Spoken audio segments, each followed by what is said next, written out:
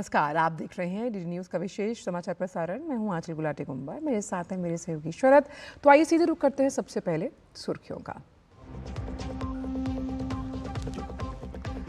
Kuwait में हुए दर्दनाक अग्निकांड पर प्रधानमंत्री ने जताया शोक, मुआवजे का किया ऐलान। आज कुवैत पहुंच रहे हैं विदेश राज्य मंत्री। अब तक 40 से अधिक भारतीयों की मौत।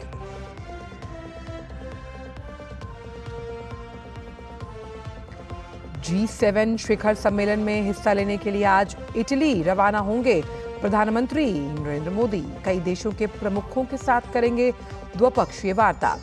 तीसरा कार्यकाल संभालने के बाद बतौर प्रधानमंत्री ये पहला विदेश दौरा।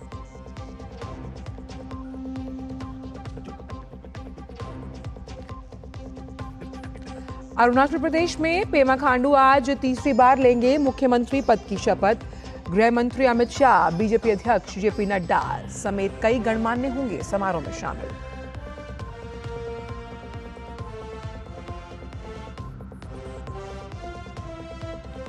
जम्मू कश्मीर के डोडा में 4 आतंकवादियों के स्केच जारी कर 5-5 लाख रुपए इनाम देने की घोषणा। सूचना देने वालों की गुप्त रखी जाएगी पहचान।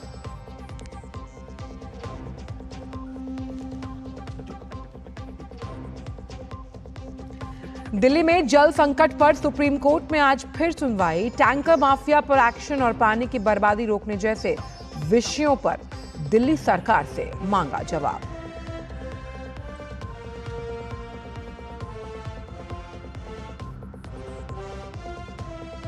पंजाब, हरियाणा, यूपी, राजस्थान और झारखंड समेत बंगाल के ज्यादातर इलाकों में भीषण गर्मी और लू की तपिश। अगले 4 से 5 दिन तक राहत मिलने के कोई आसार नहीं।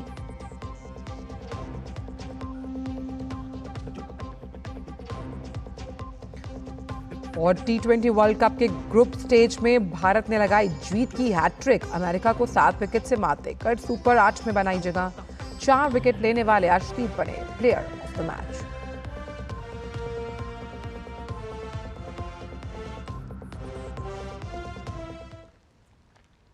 और अब जान लेते हैं सभी खबरों को विस्तार के साथ। कुवैत में पेश आए दर्दनाक हादसे पर प्रधानमंत्री ने घटना से संबंधित स्थिति की समीक्षा के लिए बैठक की, जिसमें प्रधानमंत्री ने मृतकों के परिवारों के प्रति संवेदना व्यक्त की है।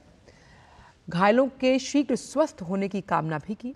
प्रधानमंत्री राहत कोष से मृतक भारतीय नागरिकों के परिवारों को 2 लाख रुपए की आर्थिक मदद देने की घोषणा की गई।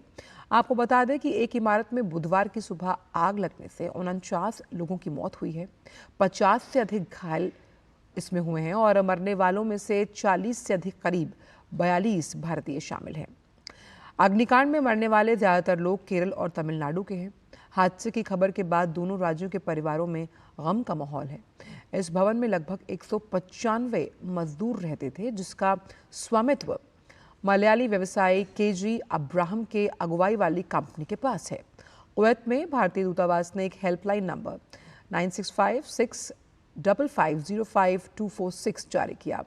कुवैत में भारत के राजदूत आदर्श स्वाइका ने मुबारक अल कबीर अस्पताल, फरवानी अस्पताल का दौरा कर घायल श्रमिकों से मुलाकात की और दुर्घटना स्थल का निरीक्षण भी किया।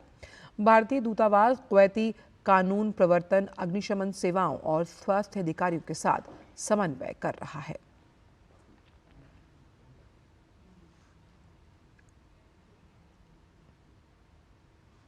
प्रधानमंत्री के निर्देश पर विदेश राज्य मंत्री कीर्ति वर्धन आज सुबह कुवैत के लिए रवाना हो गए। दिल्ली एयरपोर्ट पर उन्होंने कुवैत की घटना को दुर्भाग्यपूर्ण बताया और कहा कि प्रधानमंत्री सहित सभी बहुत चिंतित हैं। भारतीय दूतावास के लोग पहले से ही वहां मौजूद हैं और घायलों की देखभाल कर रहे हैं। विदेश राज्य मंत्री ने कहा कि वो कुवैत पहुंचते ही वहां की स्थितियों के बारे में सरकार को सूचित करेंगे। शवों की पहचान के लिए डीएनए परीक्षण किया जा रहा है। जैसे ही शवों की पहचान हो जाएगी, पार्थिव शरीर को वायुसेना के प्लेन से भारत लाया जाएगा।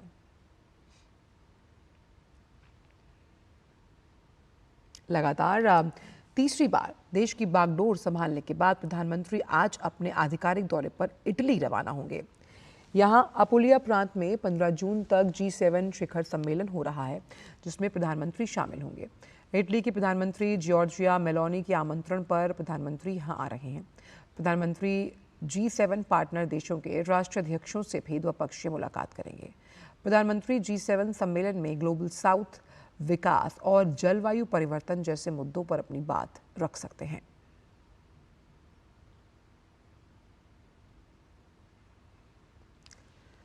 बीजेपी एक बार फिर से अरुणाचल में सरकार बना रही है। पेमा खांडू आज लगातार तीसरी बार यहां के मुख्यमंत्री बनने जा रहे हैं।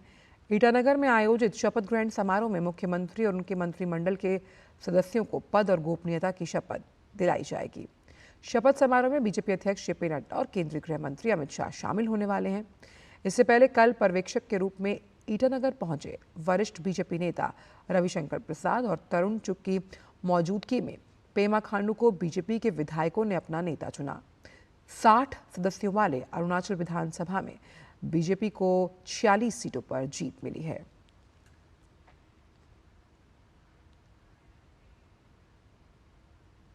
जम्मू कश्मीर के डोडा में हुए आतंकी मुठभेड़ के बाद पुलिस ने 4 आतंकवादियों के स्केच जारी किए। हर आतंकवादी की जानकारी देने पर 5 लाख रुपए नगद इनाम की घोषणा है। पुलिस की तरफ से बताया गया कि आतंकियों के भद्रवा, थाथरी और गंधो के ऊपरी इलाकों में होने और आतंकी गतिविधियों में शामिल होने की सूचना मिली है। इसे लेकर जम्मू कश्मीर पुलिस ने आम जनता से कुछ नंबरों की सूची जारी कर आतंकवादियों की उपस्थिति या फिर गतिविधि के बारे में जानकारी की अपील की। सूचना देने वालों की पहचान को गुप्त रखा जाएगा।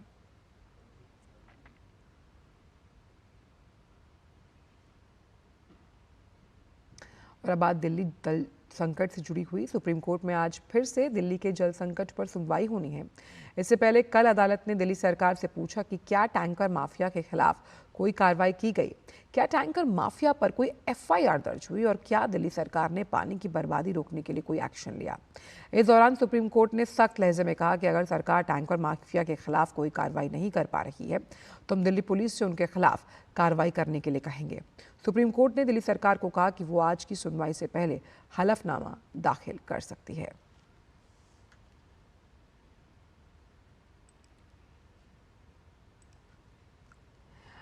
गर्मी और लू की वजह से उत्तर भारत में एक बार फिर लोगों की परेशानी बढ़ गई। गर्म हवाओं की वजह से लोगों का घर से निकलना मुश्किल हो गया है।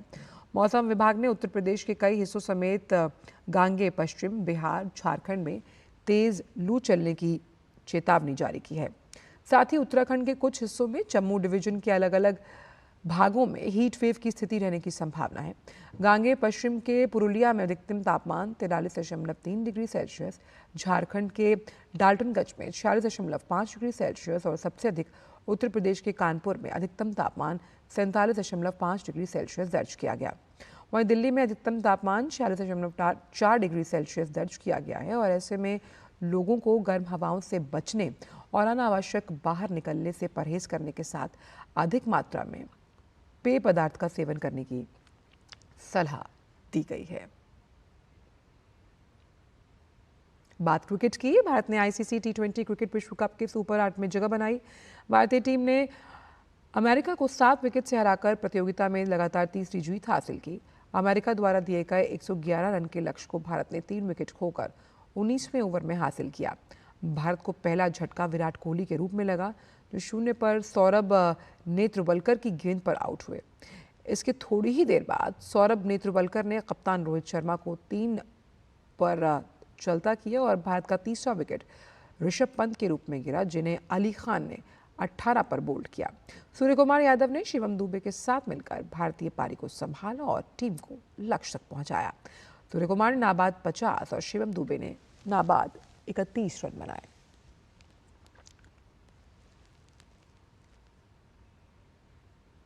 और फिलहाल इस विशेष समाचार प्रसारण में बस इतना ही। मुझे और शरद को दीजिए इजाजत। नमस्कार।